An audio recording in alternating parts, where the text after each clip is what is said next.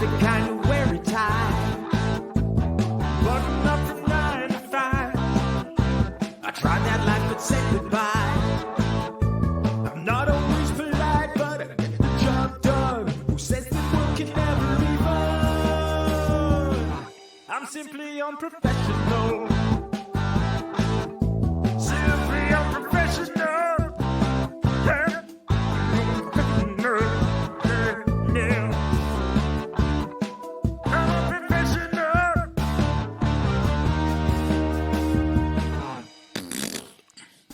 Good evening, everybody. Welcome back to another episode of Simply Unprofessional. I'm your host, Webby.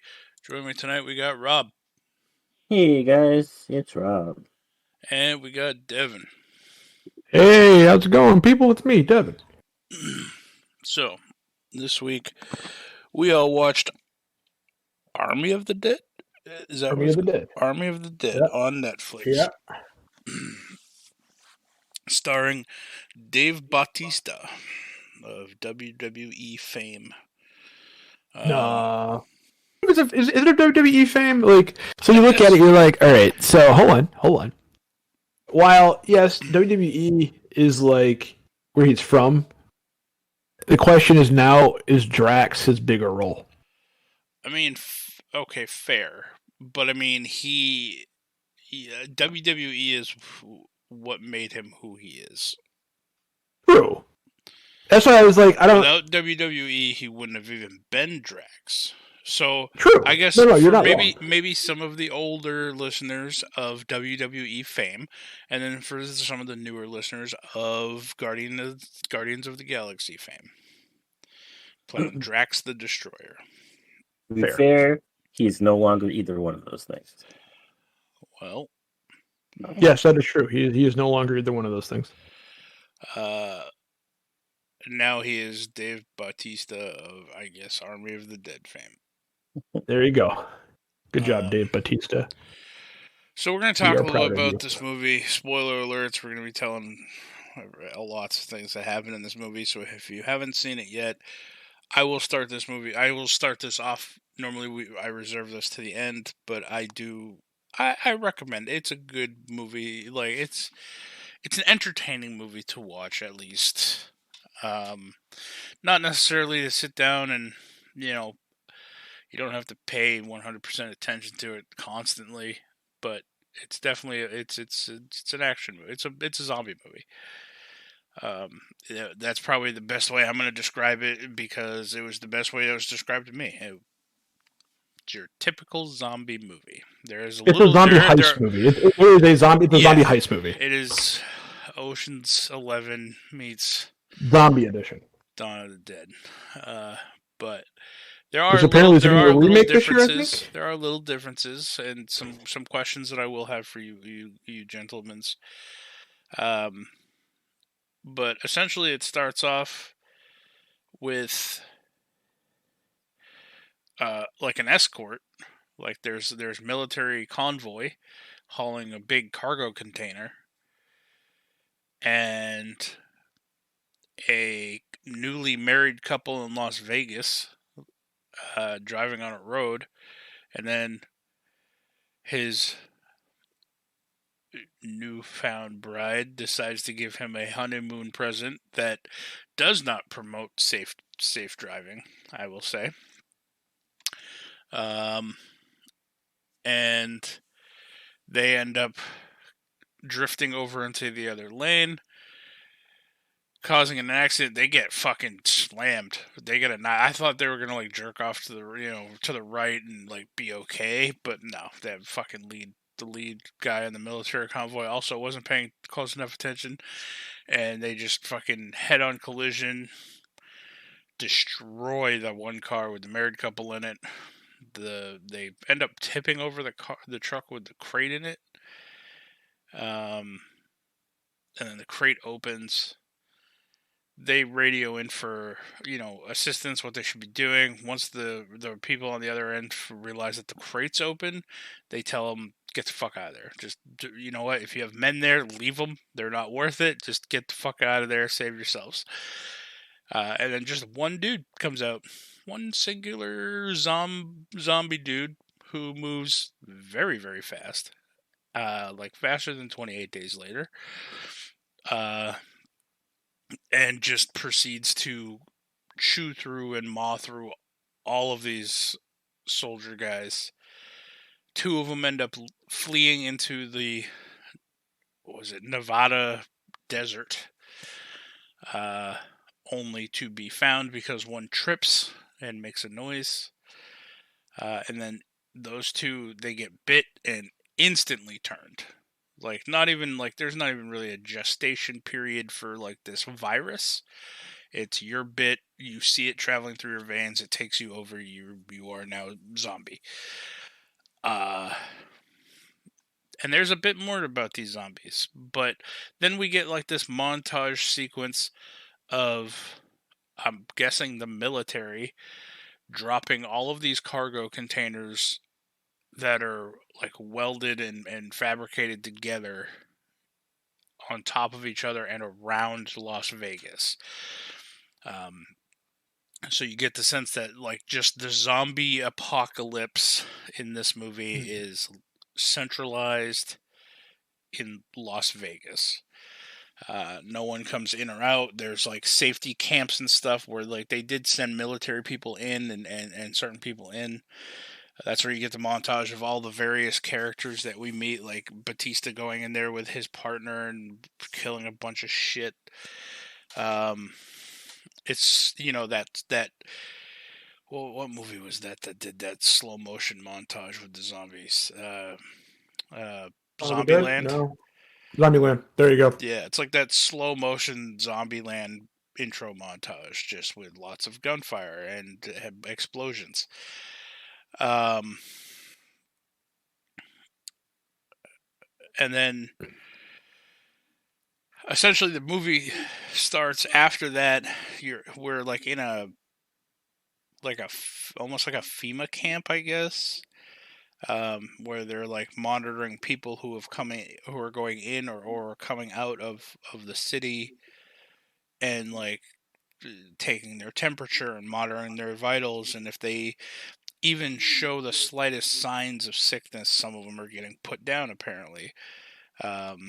This is where, other than Batista, this is where me and Rob saw one of the first people that we recognized, and that was the cop, who is played, I forget his name. I mean, I knew who he was too. Timothy Rossi, I think. He played Juice in... Theo Rossi. Yeah, played Juice. Yeah, he played Juice. He also played Shades in fucking Luke Cage. Oh yeah, I forgot about Shades. I forgot about Luke Cage.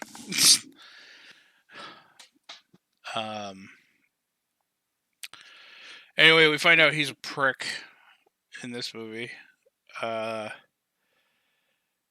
then from there it cuts over to Batista working as a short order cook in a restaurant. He's just flipping burgers, minding everybody's own business. And then some Japanese businessman comes in and offers him a job to do a heist. Now, was Batista was he just a mercenary in this movie, or was he was he military? It's I feel vague. like him accepting a heist job. It's kind of vague, honestly. It's not really very it doesn't tell you exactly whether or not that was the case. I feel like he was just a mercenary. That's my opinion. I might be wrong. In any case, he's told to put together a team that he feels can do this job. And then they will, once he puts together the team, they'll move forward and discuss the plans. And so, the next little montage is him putting together a team. He goes to his original partner, talks to her, and then she has ideas for who can round out this team. There's a guy who is on, YouTube or some streaming thing or TikTok or something, where he's super famous for killing zombies, I guess. So they get him and two of his friends, but one of them ends up leaving. They get a safe cracker, who is probably one of my favorite characters. Then they get... I forget. My brain is mush. Who else do they get for this team? They get the safecracker. They get the black guy. Was he part? He was part of the original squad too, right? Or his mercenary team or whatever. He seemed to know him pretty well. Yeah. They get the girl that knows him well too, the one that I think was in love with him secretly or whatever. Yeah, that was his part. That was the partner. That was who he went to first. Then the pilot lady. Oh yeah, then the pilot lady, who oddly enough was never actually. Even though they were in so many scenes together, we talked about this while we watched this movie. Devin, maybe if you want to read it because you're the one who found the article. The woman who played the pilot is a stand-up comedian. Her and Batista shared screen time a lot, but her and Batista never met in real life. She was CGI'd in, apparently. Yep. Her and Batista never met IRL, which is kind of fun. They never met IRL. Now, what was the reasoning for her being CGI'd in? It was something because originally it was Chris D'Elia who was in this movie. It was Chris D'Elia, and then he had quite a few sexual misconduct allegations against him and whatnot that led to where we are now. So yeah, I mean that's kind of what happened with that one. But other than that, I mean that's kind of the reason why. So she basically the movie was done, I think, when they decided to pull him. If I remember correctly, it was something like that. Yeah. Like they were pretty much done with the movie when they decided to pull him, and it kind of just became that crazy because of that reason alone. Right. Yeah. And also, yeah, she got CGI'd in most scenes. There was I think she was shared screen time with the one girl. They were together on the roof of the helicopter. That was one of the few girls that she actually shared like actual screen time with. Yeah. But yeah, other than that, it was all. So, once they assemble their team, I'm gonna let one of you guys start. Once they assemble their team, we start to get the whole.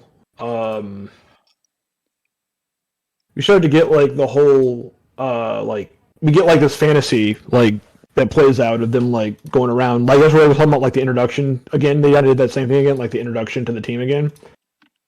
But now you have the fully assembled team, and so that was happening, and we're getting how this is playing out. He's going over this plan, right? If I remember correctly, right?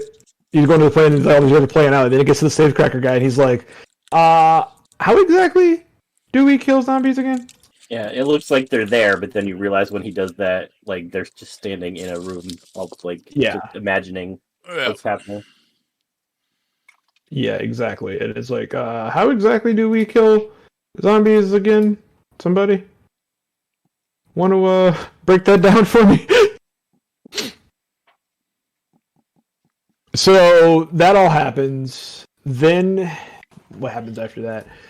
I mean, yeah, I think at that point we get so we have our team. We're going in for $200 million. We get former mercenary, you get Dave, you get it's in $200 million in the casino vault.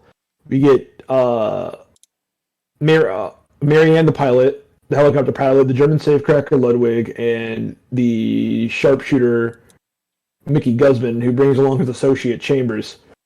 Yeah, Martin joins the team to observe them. Oh yeah, that's what happened. That's when they find out what's his name is coming to the team. Fuckface.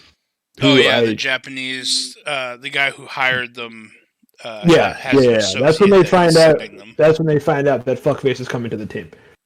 And I'm not a fan of that. That guy's from a sitcom or something, isn't he?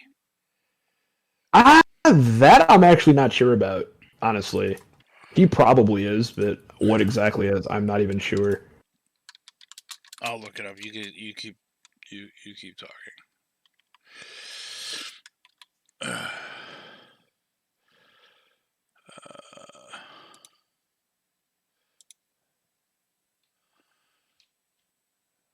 Well, it cuts to the daughter, who you don't know is Baptiste's daughter, and she is talking with the mother of two little kids, and she said that she needs to go inside, and there's basically a coyote that will take her through the wall into Las Vegas, so she can crack open one of the slot machines and get the money to buy her way out of the camp.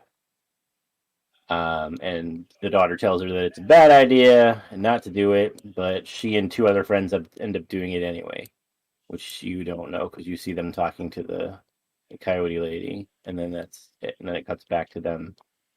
So they basically arrive at Las Vegas, and they go to the outer camp. So the reason why they were able to get in, because the outer camp was basically not letting anyone in. Like, anyone that came out of Las Vegas had to stay in this basically like a refugee camp in case they got sick. So the only reason that the team was able to get in is because they had evacuated, because they were planning to nuclear strike Las Vegas. And they were going to do it on the 4th of July, so that left them 2 days to do it. But the camp was evacuated a couple days earlier. They arrive and almost nobody's there except for the guy. You find out that it's Baptiste's daughter and the coyote lady and the cop, who is getting the last people onto a bus. So the daughter, he talked to the daughter previously, and she agreed to let them onto one of the buses. So that's how they snuck in basically into the camp, because she brought them in on one of the evacuation buses. The last one that was supposed to be leaving. So they get in, they talk to the coyote lady. The daughter finds out that she let her friend with the two kids in because the two kids are by themselves in the tent, which she just rushes out of the tent and goes to tell them she's going in to look for the mother. And hopefully those two kids were put on the bus because they were by themselves in a tent, and she was the only one that knew they were there, and then she just left. But anyway, I digress. Oh, so she gets in the fight. We should probably mention the fact that Rob didn't care for this movie. I mean, it was okay. It just, in the end, it ends up being pointless, and I have a thing about movies that end up being pointless. It's like, okay, so all this happened, but then in the end, everything that happened was pointless. So Rob is very anti-unhappy ending. Like, if a movie does not have a happy ending, Rob's like, I fucking hate this movie. It's terrible. I mean, it doesn't even necessarily have to be happy. Like, I hate it. Did you ever see the Prince of Persia movie? No. You probably would hate that movie then. Because, like, it was based off a video game, and the whole point in the video game is you have, like, this Sands of Time dagger thing. Mm-hmm. So if you jump off a ledge and you don't make it, you can hit a button real quick and rewind time. Yeah. Now, the Prince of Persia movie goes, it's like, I don't know all the run times, but say it's a 2-hour-long movie. It goes like an hour and a half, and then he ends up using the thing and rewinding time, and none of the first hour and a half didn't make a difference at all. Like, yeah, there was no point. That is very true. That does actually happen in that movie. That's what frustrated me so much about that movie. I was like, I fucking hate this. Yeah, this is the same kind of thing. It's like, if they hadn't gone in, it wouldn't matter. If they had gone in, nothing matters in the end. It's like, okay, well, fine. Also, the guy that they get sent in by the Japanese dude, what I knew him from, or what movie or what show I was talking about anyway, or referencing, was Raising Hope. He was, I believe, the father in that sitcom. So he's been in a lot of other things, but yeah, Raising Hope. Interesting. But you can continue. I'm sorry.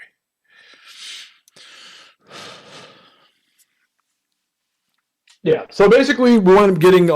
They figure out that they're going to get in. Like Rob was saying, they figure out they're going to get in. How they're going to get in? It's his daughter. And it's kind of a really funny scene that takes place because she finds out that the coyote chick took in, like you said, she took in those fucking The two friends. that girl's the two friends like who that girl's parents or those kids' parents or parent and her friend or whatever, and then she's like I'm going so we can do about it.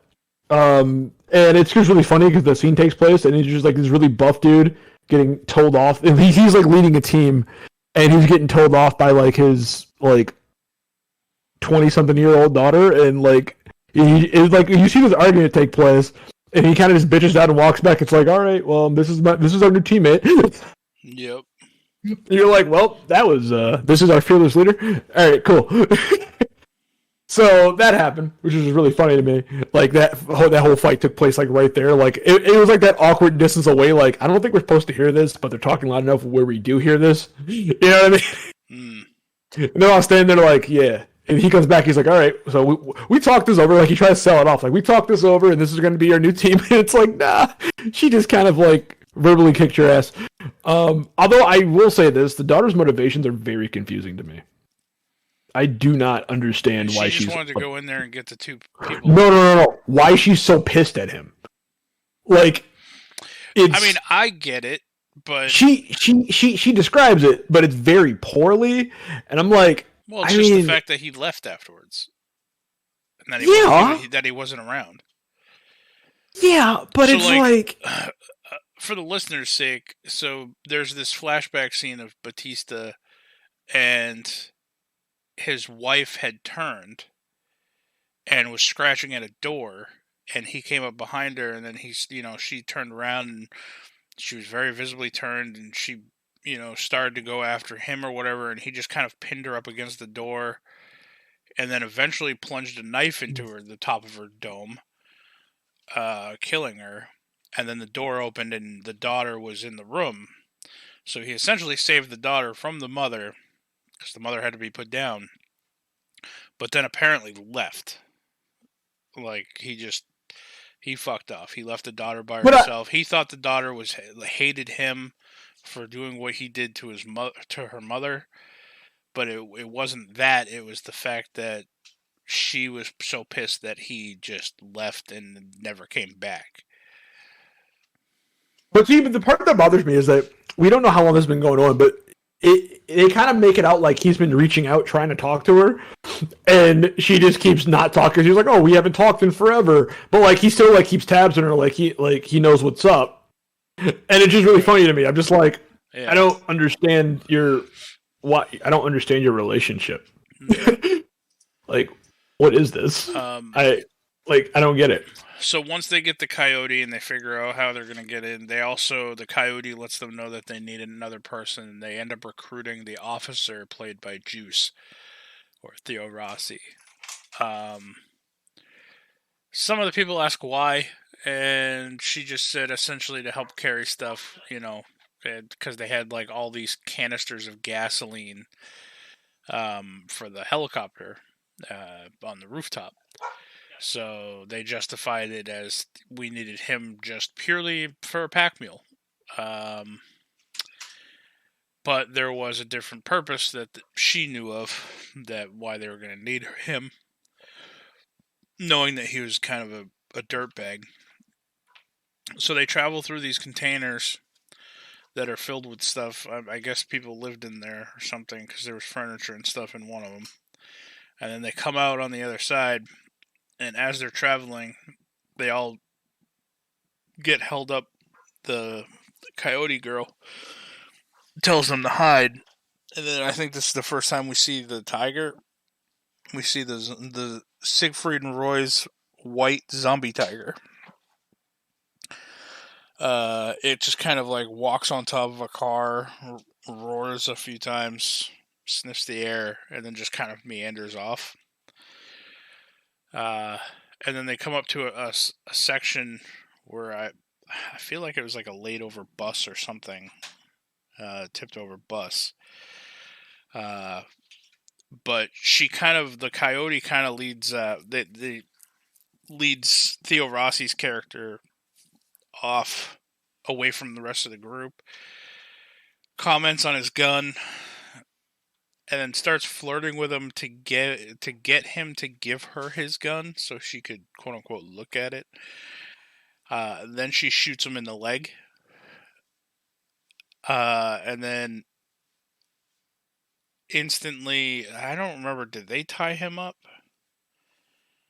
Or does he get wrapped up by the zombies? The coyote did?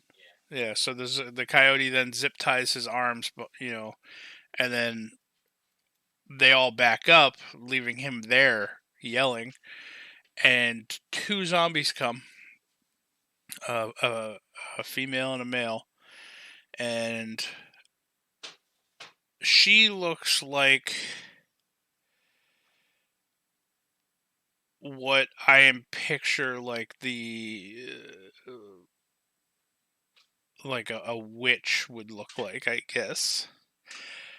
And this is really one of the first times that I realized like these zombies, other than like the very first one you see that comes out of the cage, that comes out of the containment unit or whatever in the beginning, um, they are like communicating through like weird guttural noises and clicks and whatever. But we find out that essentially like to get past this point and to be able to come into the city, the zombies required an offering of some fashion. So that's why she opted to bring Theo Rossi's character, was as the offering. And the guy ends up grabbing his leg and dragging him off, bringing him to one of the different hotels or whatever, not the one that they were going to. And then that's when they decide that they were going to get off the streets and go indoors, and they had to go through the zombie maze, which I'll let you take it away, Devin. Starting with the dark zombie maze. Dark zombie maze. Wait, you mean like when you say dark zombie, you mean the fucking... You're talking about like the wall of... What are you talking about when you say dark zombie maze? Remember where they decided they were getting off the streets, so they went inside, and then they found like all like the hibernating zombies or whatever the fuck they were. Yep. There you go. That's what you're talking about. Yeah, the maze threw me off. What? But yeah. I mean, so they get inside. They start trying to navigate the... I don't know if it's like the basement or like underground to that spot or whatever it is, but they're trying to like navigate because they went through a kitchen. True. It was just like the ground floor of some place, but it was super dark, and they were warned don't shine the light in the flashlight in their faces because it'll wake them up, and don't touch them. Otherwise, they all stood there like mannequins in various different poses and whatever. Yeah, that's exactly kind of what it was. It was like it was really weird, but it was kind of interesting. And then at the end of it all, they got there. They're navigating through. They're like trying to be quiet, like don't shoot, don't do any other crap. But here we go. Yeah, Batista's laying down glow sticks. That was an important thing for this part. Yes, Batista's laying down the glow sticks. Because douchebag who got sent with him ends up throwing one of them a different way. Because he and the girl get into a fight or an argument. Mm-hmm. But yeah. Go ahead. Sorry. So yeah, well, that's where isn't it where they get to like a certain spot? How do they get split up when they're in there? I'm trying to think. Well, they don't really get split up yet. The douchebag guy who got sent with him by the Japanese dude, him and the girl that call him out for being, having ulterior motives, are the last two to go. So he goes and she goes last. He throws one of the glow sticks one different way, so she ends up going that way, getting stuck, turning around, and then having to kill like 5 zombies with a knife. And then that causes all sorts of ruckus because pans fall on the floor, and then all the zombies wake up, and the douchebag ends up locking the kitchen door with her in it, and they're all like shooting their way out, and then they make it to, I think, like near the bottom floor of the casino that they're supposed to be in. they're like in a massive hallway, and then that girl ends Yeah. up busting through the glass, and they all stand there like assholes watching her fucking fight for her life against these zombies. Yeah, it's so like, and that's yeah. Like Well, you brought up a 'cause good point mid movie about, well, they didn't want to shoot because they could have her potentially shot her gas tanks and killed her, but she was right. dying anyway. Second, every other time they've shot their gun, it's been fucking sharpshooter style headshots. Like, Yeah, exactly. I don't know. Like that I will say that scene was my least favorite scene because I was really rooting for that girl, and they could have done so much more to save her than what they did. She ended up dying ultimately. Yeah, it was kind of bull. Her boyfriend literally purposely shot the gas tank on her back and made it explode, taking out all of the zombies that were swarming her. Yeah, it was kind of bullshit. Like, it was absolutely kind of bullshit. Also, like I said, she doesn't say it. Like, she's there with them in the same room for a good, like, 5 minutes. She saw the guy lock her in the thing, and he smiled at her, and she says nothing to them about how he's locked her in there. She's just like...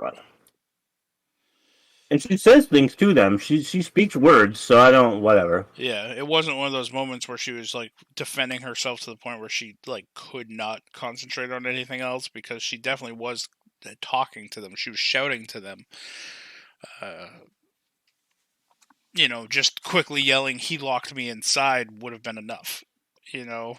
Yeah, for sure, that would have definitely been enough there. But for whatever reason or another, they just made a decision not to do that. And then while that scene was going on, we see Theo Rossi get dragged in and brought in front of the main zombie, I guess, like the alpha zombie.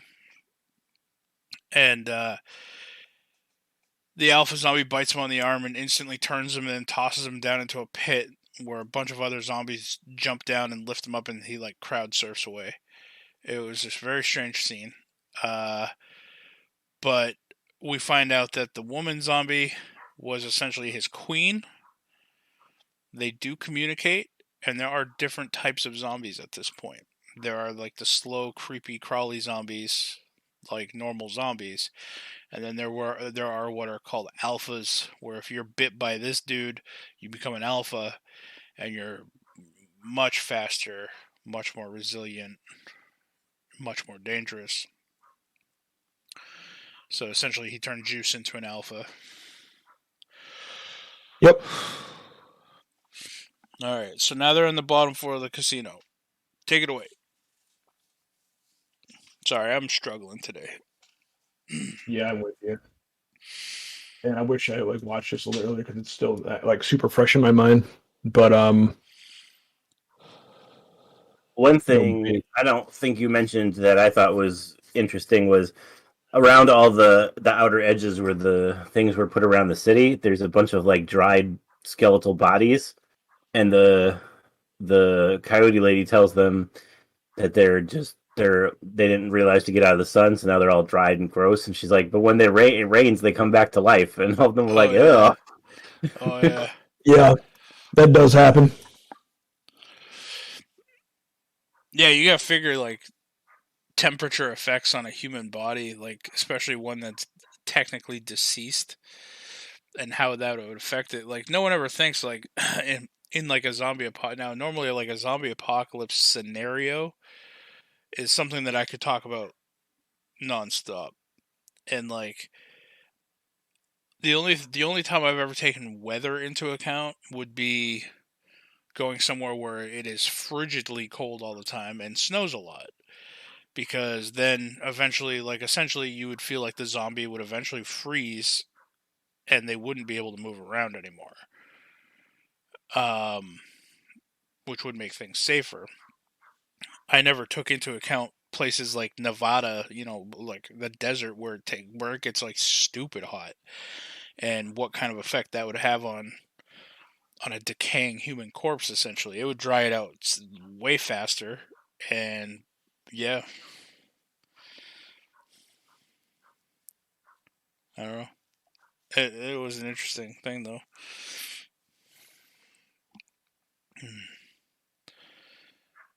All I know is we're not to the part where Batista fucking just throws a card table across a casino. Yes, we are at that part. That is true. We're not at that part. No, we're not. Oh, I was at that part. We're not. No. Yeah, that's way later. What am I talking about? That's the escape. Yeah, that's way later.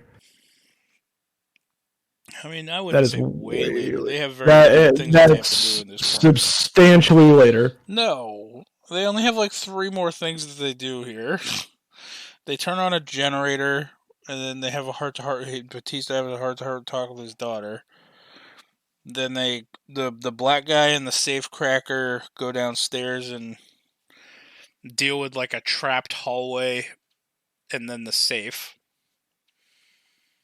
And the helicopter lady goes up to the helicopter and she's like, "It's a piece of junk, like a rusted old medical Yeah, from helicopter." from and she's MASH. like, "He spent so much money on the model of this thing." I thought that was funny. Yeah. And then while they're packing up money, once they get into the safe, the girl leaves, the daughter. She sneaks out to go and try to find her friends. Which she specifically told her not to do. Yep. The coyote girl and the douchebag guy sneak away because they were supposed to be like taking care of the perimeter and closing all the exits and everything. They sneak away to go lure the queen back because he told the coyote lady that he needed a couple vials of her blood. That was it. Motherfucker garroted this chick and took her whole head in a bag. Yep.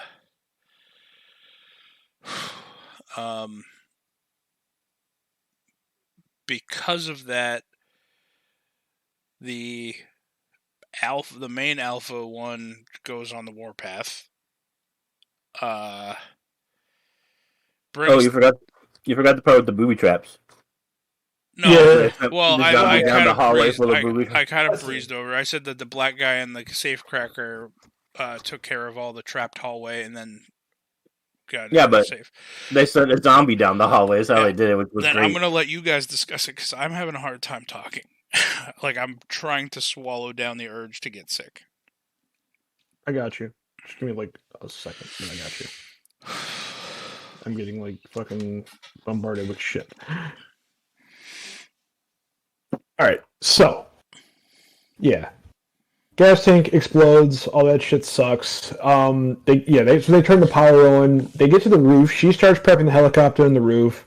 Then they get him down to the vault, past all the booby traps. Well, they get him down to the vault, and then when they're in that like hallway there, and that happened before. Like them getting down to the vault happened before. Then it cuts, and that's when we get to him luring the queen. They lure the queen. He winds up beheading her, puts the bitch in the bag. Zeus finds it. Zeus then finds her body, gets super pissed. That's when she reveals she was pregnant, and then pulls out like the fucking like blue crystal fetus. Then after all, and then that's when they find out. Once they get the power back on, that's when they find out that the nuclear strike's been moved up. Because it's been a few, right? Like that's when they find out the nuclear strike got moved up because they thought they had like I think 24 hours. It was. When they left, they were supposed to have 24 hours. Still. Yeah, like so basically they had like 24 hours like when they landed, like in the facility or like right around there, maybe like 4 hours to get in the facility or whatever. So they had like a good chunk of time. Then they find out they got moved up to like an hour, and they're like, well, fuck. So that happened. Oh yeah, Rob. There was the corpses in the basement too that were wearing all the same clothes. Yeah, which was really weird. Yeah, and he starts talking about how maybe it's a cycle and they keep failing, and as he's talking, like it shows each one of them, and they're wearing the same things that the corpses are wearing, which is kind of weird. Oh, and also too, like behind the scenes there, if you look on the key, like 4 was a big they were talking about 4 a lot in this movie. Like the people, like this group was talking about the number 4 a lot. Like everything came out being 4. Like even when he went down, he's like, I shot him 3 times. They're like, no, he's like, no, it was 4. And all that, right? So they start doing that. And then you realize when you look on the key he's wearing, the key that guy was wearing has 3 holes. And the key that this time around on his neck has 4 holes. So they are still kind of playing into that. Like, is it possibly just they're just repeating this every now and again, and this is like their 4th attempt at doing this? And then like you find like the map, and maybe there wasn't a previous team. It was like, but like every time they go, like they can change like something alters a little bit. So like they left a map for them this time because that map wound up helping them out. So they wind up with that a little bit. So yeah, they find another map left by somebody else. And we're like, well, who left the map here? And then there's no mention of like another team. But then we see those people there. But it's like, is it another team, or is it them just reliving their lives? It's very interesting. I just don't like the fact that they never comment on it again. Like, well, it was just like an alternative theory, which I guess like it's kind of like how they did it. They presented it kind of like it's just like an alternative theory. Like it may be a thing, it may not be a thing. I don't know. Yeah, because the whatchamacallit guy mentions that this is the second time he screwed over the coyote chick. He's like, this has worked twice or whatever. So then you're like, what the fuck does that mean? Yeah, I don't know. That part, time travel makes my nose bleed. Yeah, it was just a weird thing to put in the movie. It's just, I don't know. Like it made you think, but it's just like, why? What the fuck is even this like have to do with anything? Anyway, although there is like whenever they kill the alpha zombies, like they're either their eyes turn bright blue or like there's this weird blue mist that comes out of them, which is. I don't know if that's supposed to be the virus or what. It's all very strange. Yeah, one of them looked like a robot. I remember that. Like, they blew his head apart, and I thought, like, I saw sparks or some shit, yeah.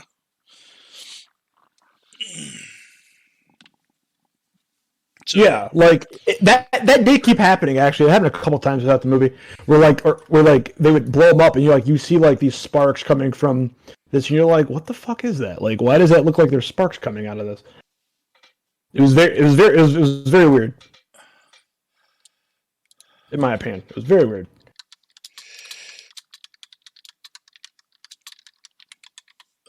So let's see. I'm trying to think what happens after that. So they managed to get in the safe. They start taking the money out up to the helicopter. Then the elevator breaks in. The girl that loved him admitted she loved him, and then they were gonna go because they realized the daughter was missing. So him and her were gonna go get the daughter while everyone else got the money to the plane.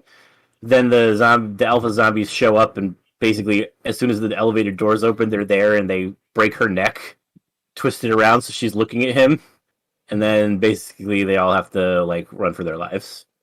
And the safecracker guy and the black guy end up getting separated, and they're stuck at the vault, and the safecracker guy sacrifices himself to close the black guy into the safe to protect him.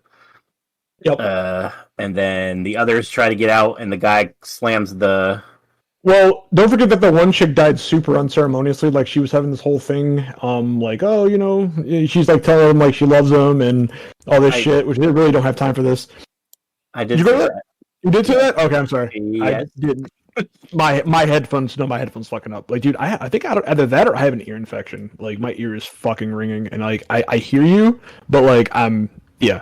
You did say that happened. She fucking died unceremoniously. It was really funny because that was really poor timing on her part. Like, we don't have time for this shit. Although she does say one thing. That's what I want to touch on. She does say one thing that I think actually may be true. Where the whole thing was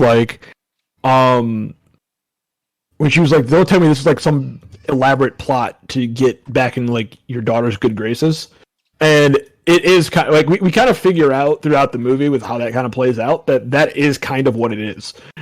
He only really accepted this to get in his daughter's good graces, which is kind of fucked. But at the same time, I get it. You know what I mean? Mm. And I'm it's kind of fucked in the sense that a lot of people died for that, and yeah, it wasn't I'm not saying it wasn't worth it, but it really wasn't worth it. Yeah. Sorry, Rob. You did talk about that. My bad. Okay. So as you were, sir. Oh, okay. So the rest of them are running down the hall, and the corporate guy, gets ahead of them and slams a grate shut and locks it, so that the other three are still stuck inside. So then he takes the head and he tries to get out. He goes for some reason he goes back down through the garage. I guess he's just going to walk out and not take the helicopter. But the other three managed to cut through the wall and get into a different room. Eventually, because they had like a giant saw that they brought with them for fighting zombies.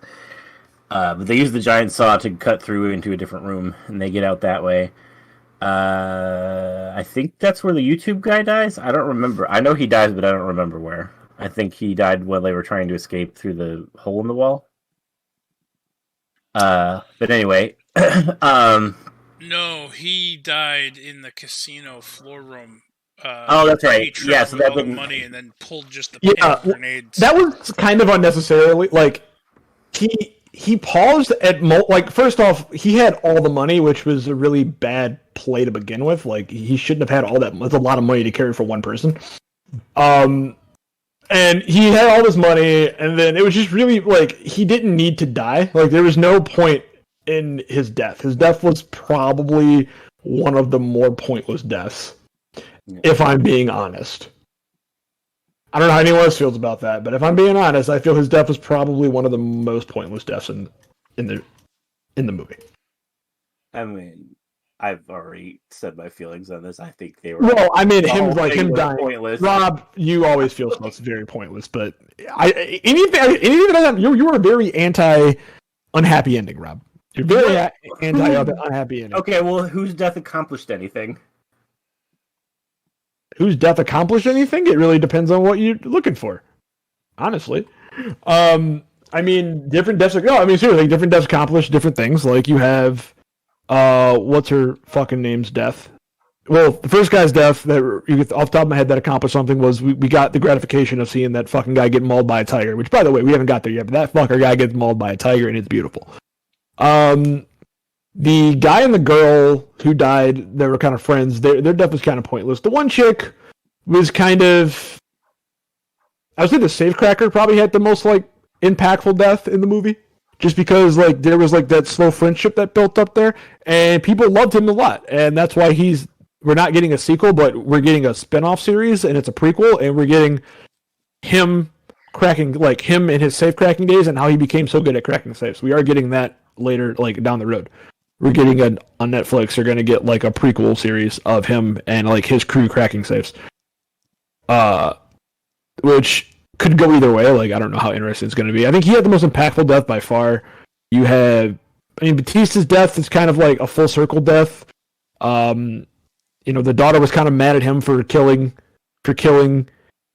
her mom and his wife by fucking stabbed her in the head and then leaving, and then she had to it went full circle with her having to blow his brains out. So yeah, there are deaths that were impactful, but overall, the movie was just it wasn't a happy ending story movie, but like just because the deaths weren't necessarily impactful, I feel like it's not more impactful that's bothering you, is the fact that there was just no happy ending for you. That's what I'm saying. I feel like there's just no happy ending in this movie.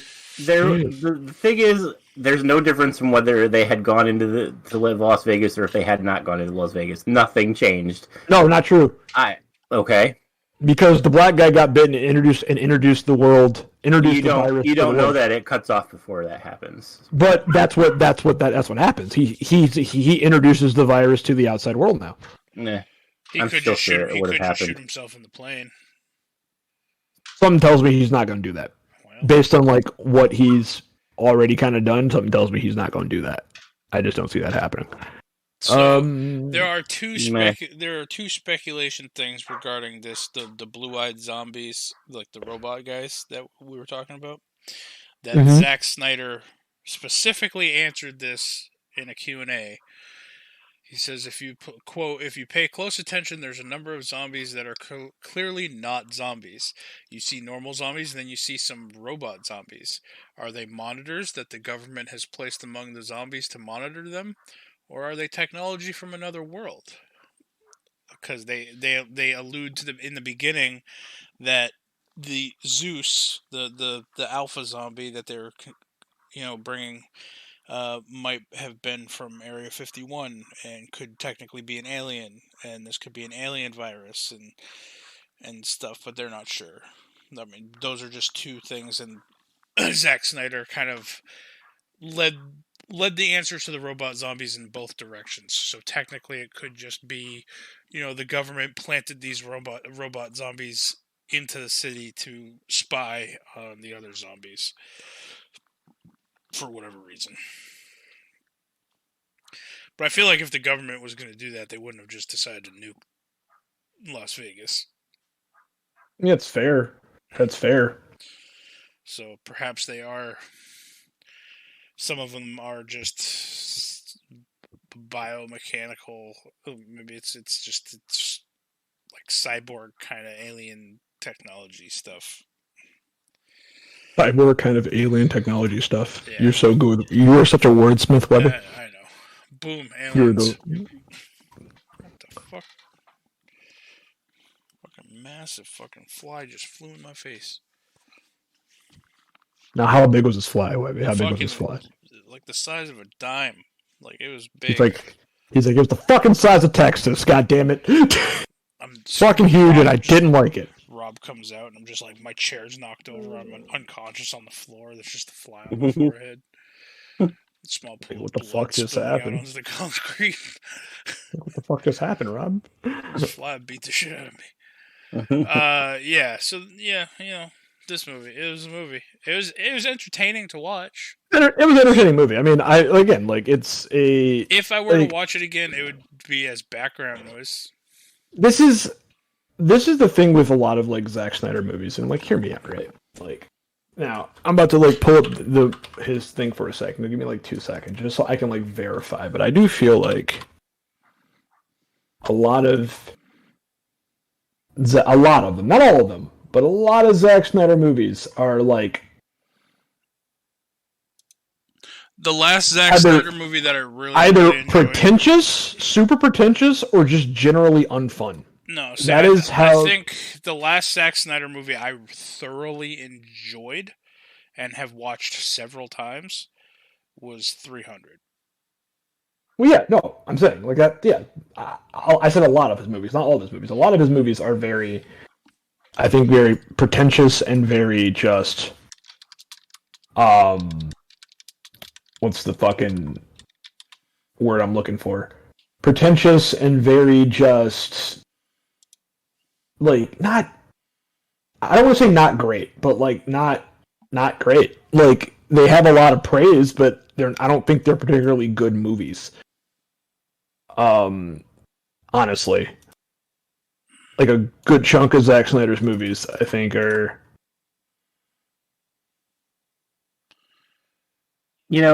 Just for once, I wish that the stupid, self-righteous character would get the consequences of what they caused. Like, he told her several times not to leave, and she's like, oh, I know better, I'm going to leave into the zombie city to go look for my friends. Yeah, zombie headquarters. It happens. And they should have said, oh, she left to go, oh well, good luck to her, and then she dies because she's an idiot. But no, they go, and everyone else dies except for her because she's fucking moron, and everyone's like, protect the moron. I don't understand. Yes, Rob. That's how that works. You protect the moron, Rob. You protect the moron, Rob. It's how it works. No, people need to suffer the consequences of their actions. I agree with this statement that people need to suffer the consequences of their actions. Does not mean that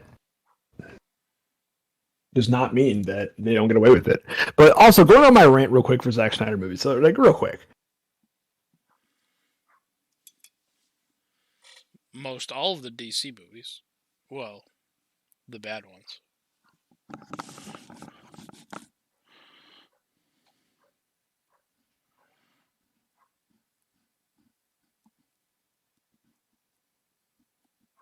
Did we lose Devin? No, I'm here. Oh, You said you were going to go on your Zack Snyder rant. Yeah, I still am. So, I was pulling up his list, and I was making sure I had the whole thing in front of me. Sorry. So, Justice League. Yeah, boring. I will say Justice League. the Snyder cut, which was the extended cut, was better than the theatrical. It was release. better, but it still wasn't good. Like Yeah. it wasn't. It was better, but it wasn't amazing. It didn't make me change my opinion of the movie. Like if that makes sense. It answered a lot of questions of the theatrical release that I had, like things that didn't make sense. Yeah. Like it helped the pacing of the movie, but it was still overall, I think, a mediocre movie. Yeah. You had, and the fact that we had to wait 4 years for it also was kind of like okay. But whatever. You had going back. You had Batman vs Superman, which was garbage. Yes, Man of Steel, which was not great. You had Sucker Punch, which Man of Steel wasn't terrible. So Man of Steel was not terrible, but it was not good. I mean, really, my biggest gripe with Man of Steel was the end. Him laser beaming Zod, or whatever. Yeah, like that shouldn't have happened. That was everybody's gripe, but I mean, like that definitely should not have happened in that. But on the same hand, I just feel that movie in general just was not very. It didn't like as a movie that didn't, you want to say like Rob was say like didn't accomplish anything. That movie accomplished nothing. Collectively speaking, that movie was hot garbage in terms of like it was like Superman, but he was already like it was almost like he was already jaded. Like it came out of you know what I mean? Like it was like jaded, not jaded Superman. It was like what's the point of this? He was already jaded, and it was like odd. But more importantly than that, you go down to Sucker Punch. Sucker Punch, I think, is a visually beautiful movie. I do think the movie is it's not a good movie. Like I'm sure Webby may argue in that one because it is a visually pretty movie, but like that movie is not good. No, I do not. I agree with you. I do not. Oh, you actually okay? I was like, I thought you were gonna be like, I don't know. I think it's not that bad. No, that movie's hot garbage. I did not like Sucker Punch. Again, visually, I do. I agree. It was visually appealing on the same lines that 300 was. You know, they had a lot of the same cinematography and things like that, and it was appealing in that sense. But the story about it all, I did not care for. Okay, it wasn't just me that thought that. All right, I love Sucker Punch. It's my favorite movie ever. Have you even ever seen it? I have never seen it. Okay. Well, Rob, I can tell you, I can confidently say you will dislike that movie more than majority of people that like that movie. I feel like I can confidently say that. I don't know if Webby would agree with me, but I feel like I can confidently say that. Yeah, I mean, yeah, probably. Going down from that, you have fucking, I guess, Watchmen. I guess Legends of the Guardians, the Owls of Gaul, or whatever the fuck. I don't know. I didn't see that movie. It's a bunch of owls, I guess, right? Yeah. Legend of the Guardians. Watchmen was good, but it was so goddamn long. Like it was long and just like super. That was probably like the pinnacle, I think, of like pretentious Zack Snyder. Like it was just this long, drawn out movie for no fucking reason. Yeah. Yeah. Like I think he made Watchmen, I think, coming off of the success of 300, and there was too many similarities in like the style. And Watchmen, yes, it was closely it did feel like the comic. Like it was dark, like it was supposed to be dark, you know, whatever. But like I don't know, they could have done a lot more with Watchmen, I feel. Like it's not a bad movie. I definitely recommend people go see it, but it was just too long for me. Like they could have cut some stuff. They could have covered other things with that amount of time instead. Um, I agree. I wholeheartedly agree. and I mean that brings me to my case of 300. 300, I thoroughly enjoyed. I could put 300 on right now and really still enjoy the movie. Like I don't know. Um, and I noticed he didn't do Rise of the 300 or whatever, the sequel to 300. Who directed that one? Because I mean, I also kind of Um, liked that movie too. I don't know who wound up directing that one, but it was not him. I liked that one too, but It wasn't bad. Yeah, it was pretty good. and 300 was really well, Dawn of the Dead was his first big one that he directed. That was back in 2004. So, but yeah. Anyway, Army of the Dead. I'll give it a thumbs up. I'm not gonna give it 2 thumbs up. I didn't mind it.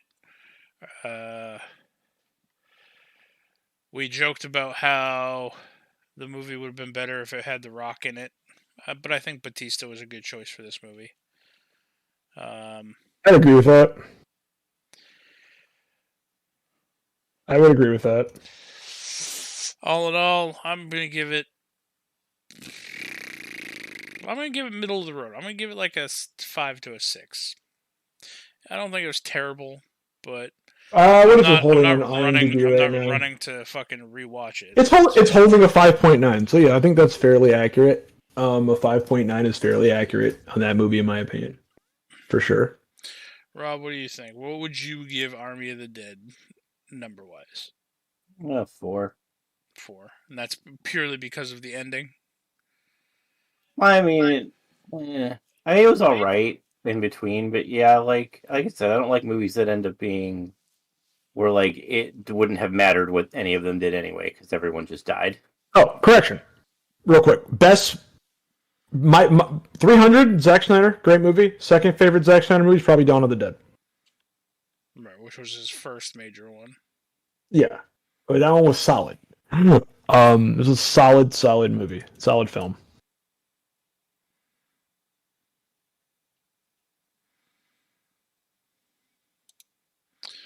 All right. Devin, did you have anything else that you wanted to bring up? We're pretty much done talking about Army of the Dead. Yes. We are a little over an hour, so I mean, we've talked about it a lot longer than I thought we would. It's probably a lot of us like on and off ish, kind of dead air and us trying to remember. But I got you. That's true. So I'm scrolling through Reddit, and I got some homebrewed D&D magic items. I just want you guys to, like, as DM perspectives, be like, hey, you know what? This is, I think, a fair weapon. And I'm scrolling through as, like, literally as I'm doing this, I'm scrolling through, like, looking at them as I'm scrolling through. So it may take me like a minute to refine one. But so the first one here is going to be, just tell me, like, do you think it's fair? Would you allow it? Do you think it's unfair? Too strong? That kind of thing. Okay. So the first one here is the Subjugator's Whip. Martial weapon, melee weapon, very rare, requires attunement. You gain a +2 bonus to attack and damage rolls made with this magic weapon. You can use this a bonus action to speak this magic whip's command word to make abyssal runes appear on the handle. With a dull red glow while the runes are active, the next creature you hit with an attack roll made with this weapon is marked. The weapon deals an extra 1d6 fire or necrotic damage of your choice upon marking the target whenever you hit the marked creature with it. In addition, the first attack you make against the marked creature with this weapon on each of your turns has advantage. The marking lasts until the marked creature dies or you lose concentration as if you were concentrating on a spell. Afterwards, the runes disappear and you can't use this feature until the next dawn. I mean, essentially, you're getting a free hunter's mark as part of a weapon. With your option of 2 different damage types. I don't think it's too overpowered for when I would give it to a party, because it is a +2 weapon, so it's not something I'm going to give to a lower level party. This would be more of a mid-range, like maybe 8 to 12 or 8 to even 13 level range. So I think by then, I don't think that's too overpowered. What you, Rob? No, I mean, it seems fine to me. But I'm a pushover when it comes to magic items. All right, this one I'm really curious to get Webby's take on this one. All right, Webby. This is one I read earlier, so I may not be quoting it exactly. I lost the spot where I found it, unless I can find it like real quick. Nope. Hold on. Work for me, please. Yeah, I think I just like lost it real quick, which sucks because it was like right there. I lost it, but it's okay. All right, I get the gist of it. So, I forgot what it is. It was the coin of something. It was the coin of. I think it was the coin of absolutes. That's what it was. I think it was.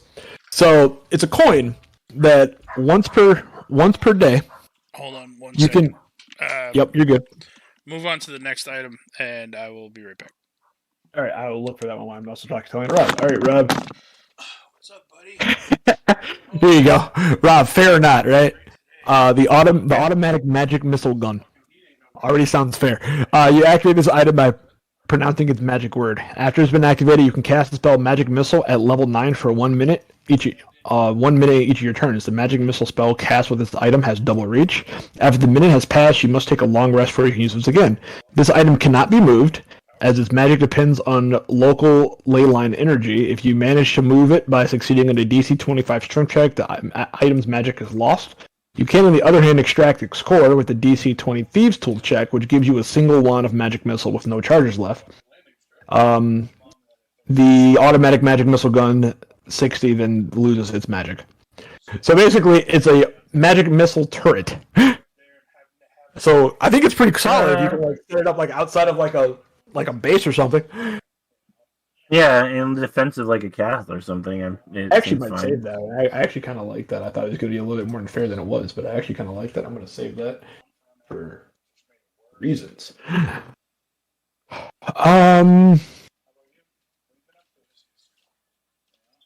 Oh God. Oh, okay. No, never mind. I thought that was an attack. I thought that was an attack. I'd be like, rogues would shit bricks with this if this was an attack. But it's a magical piercing damage is like a spell as a cone. It's a fan of knives. While holding this fan, you can use an action to launch a barrage of knives in a flat 15-foot cone. Creatures in the cone must see a DC 13 Dex saving throw, take 64 magical piercing damage on a failed save or has a successful one. Once you use the fan, shouldn't be used again until the next dawn. Each time it is used again before then, it has a cumulative 20% chance of not working and tearing the useless non-magical tatters. That one would be interesting. If that was an attack, rogues would like be all over that, because could you imagine that was an attack with sneak attack? Yeah, fucking no, 64 cone of fan blades shooting out. Like, what's up? But yeah, I'm trying to see like the fucking ring of absolutes. Ring of absolutes. Magic items. Oh wait, did I find it? Did I find it? Maybe.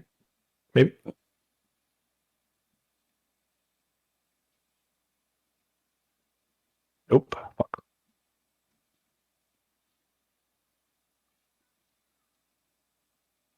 I'm trying to find it. Rob. Mad. Like a blind Rob. person. Dude, I'm mad. I really want to find this. Like, it was one of my things I had planned, and I was like, show it to Webby. I'm like, I really want your take on this. Because he would like. I feel like he would like it, but he would also like hate it at the same time. So I'm really curious to see. But here we go. I'll go through this.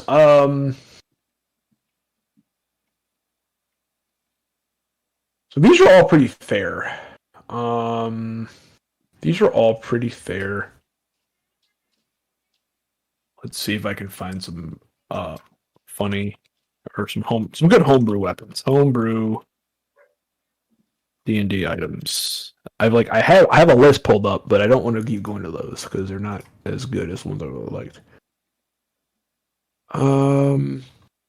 This is lightning catcher armor. Armor plate +1 requires attunement. Being struck by lightning or taking a sufficient amount of lightning damage. So you attune it by being struck by lightning or taking a sufficient amount of lightning damage. Alright. I already like this. A beautiful suit of plate armor made from obsidian. This armor is pitch black with a glossy finish. It has the same stats as plate +1 along with the following effects. When you take lightning damage, you can use a reaction to absorb the lightning into the armor, healing you for half the damage taken, plus your spellcasting modifier. If you are an armor or artificer, the next time you use your lightning launcher or thunder gauntlet, you may add extra damage to add an extra damage die. You can use this feature 3 times per day. My only issue I have with that one is the way it's worded. There's no point in healing the lightning damage because you're not immune to lightning damage. So when you take lightning damage, you can use your reaction to absorb the lightning into the armor, healing you for half the damage taken. So instead of healing you and making it a healing effect, I think you should just use a reaction to reduce the lightning damage, or use a reaction to gain resistance to lightning damage, and then resistance plus your spellcasting modifier to lightning damage, or just reduce the damage taken by half plus your spellcasting modifier. Because then you're attaching on a healing to it. So if anybody has an additional healing buff or something like that, where like anytime you get healed for X more. You know what I mean? Yeah. It could get more crazy on either end. I think it's fine. I just don't like the fact that it heals. It should just reduce the damage taken. Yeah. Unless like you already have a damage reduction, so it's like, oh, you heal for half the damage, but then what is actually damage is reduced again to like half. So but I mean, resistance kicks in before damage, if I'm not mistaken. So, because you would heal half the damage taken, so if you had natural resistance to lightning damage, and you got like 40 damage to lightning, you're taking 20, so you're healing 10. So you're really only taking 10 damage, but I feel like you would just better off by saying you're only taking. Actually, it's more like it's not even resistance; it's more like immunity because you heal half the damage, you take half the damage, so it's just canceling itself out. No, like if it's 20 damage, you heal 10 and you take 10. No, it says you heal half the damage taken. So, and resistance was factored in first. So if you got like hit for 40 lightning damage, you would take 20 damage, and then at the completion of taking that 20 damage, you'd heal for 10. Plus your spellcasting modifier. So you're taking like if you got hit twice, you're taking like net damage, you know what I mean? But like it's still like, so let's say your spellcasting modifier is 5, but also you're in plate armor, so your spellcasting modifier is not that high unless you're a fucking like paladin. And everything's in wisdom, and then you're okay, fine. But like a wizard's not fucking wearing plate. So there's like clerics and wizards only, because like you're not really, or clerics and paladins only, because you're not fucking wearing plate armor as a sorcerer or a wizard. So, yeah, like you're getting hit for that, and then you're turning around and healing it. So, it's kind of, the heal is kind of pointless. You might as well just take half. Give yourself resistance plus your resistance, and then after you take damage, you gain X mini your spellcasting modifier in 10 hit points or something like that. I really do like that feature, though. Like, I wish they would bring that back over to... it was one of my favorite classes to play from, like, the days of old. The Crusader of days of old. It was like a melee paladin cleric. It was really interesting, because they didn't really cast spells, but they did have, like, maneuvers and stuff that would heal people, but they didn't really cast spells. But one of the things they did was they had, like, a kind of like a temporary damage pool. So basically was every time they took damage, their pool could hold so much of it. So like let's say they had like, I think it was like from levels like 1 through 5 it was like 20 damage, and then from levels like it would go up a little bit. Eventually at like max level you could hold like 100 damage in the pool or whatever. The thing was though, for every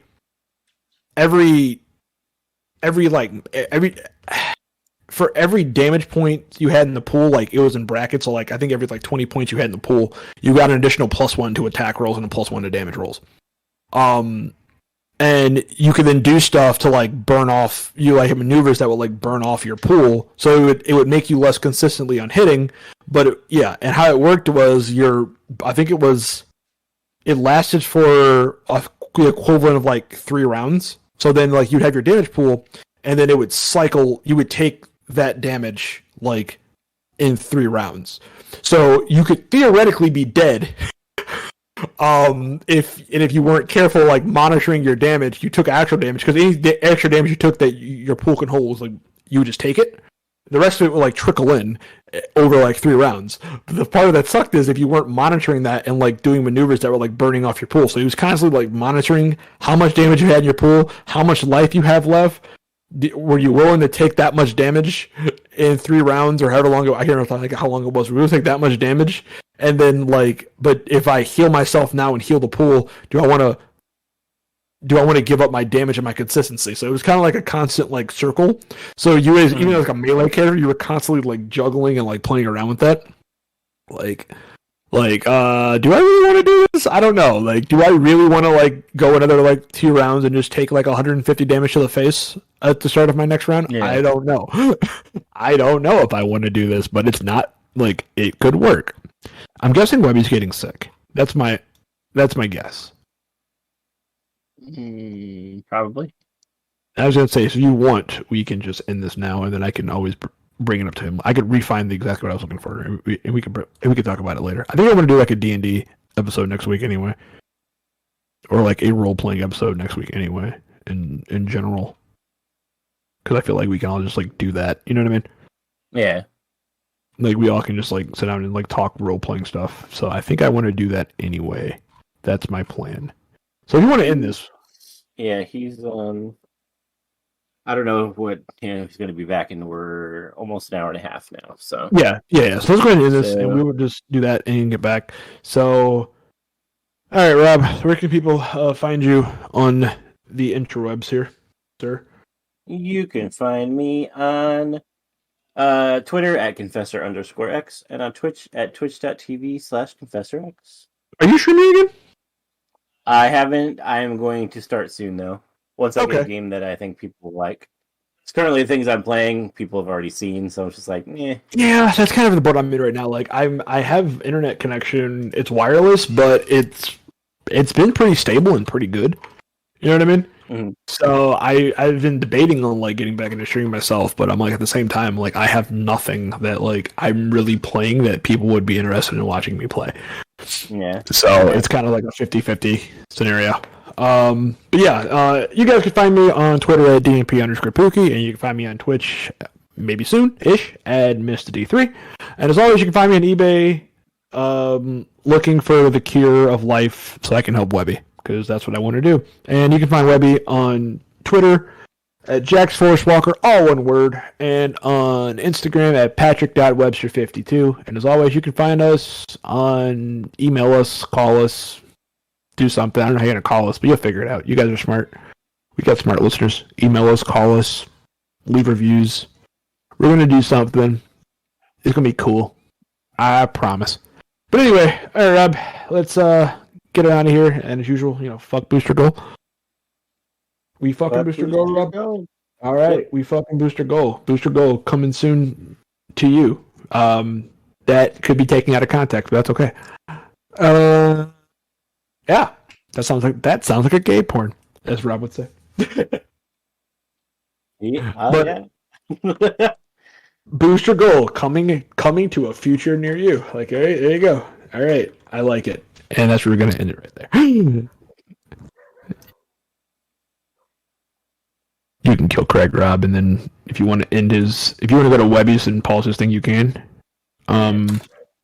You can, and then you just gotta add the music in the background there. Like, as I pause for that second to like, if he wants to add the music in and break it up, he can. But other than that, like, I think we're good. But yeah. All right, man. I'm gonna run to the store. I'll be back on. I don't know what you're doing. I know you guys aren't doing distractions, but I know Wade wants to lay down. So I'm gonna run to the store real quick, and I'll be back in like 5-ish minutes, 10-ish minutes, 20-ish minutes.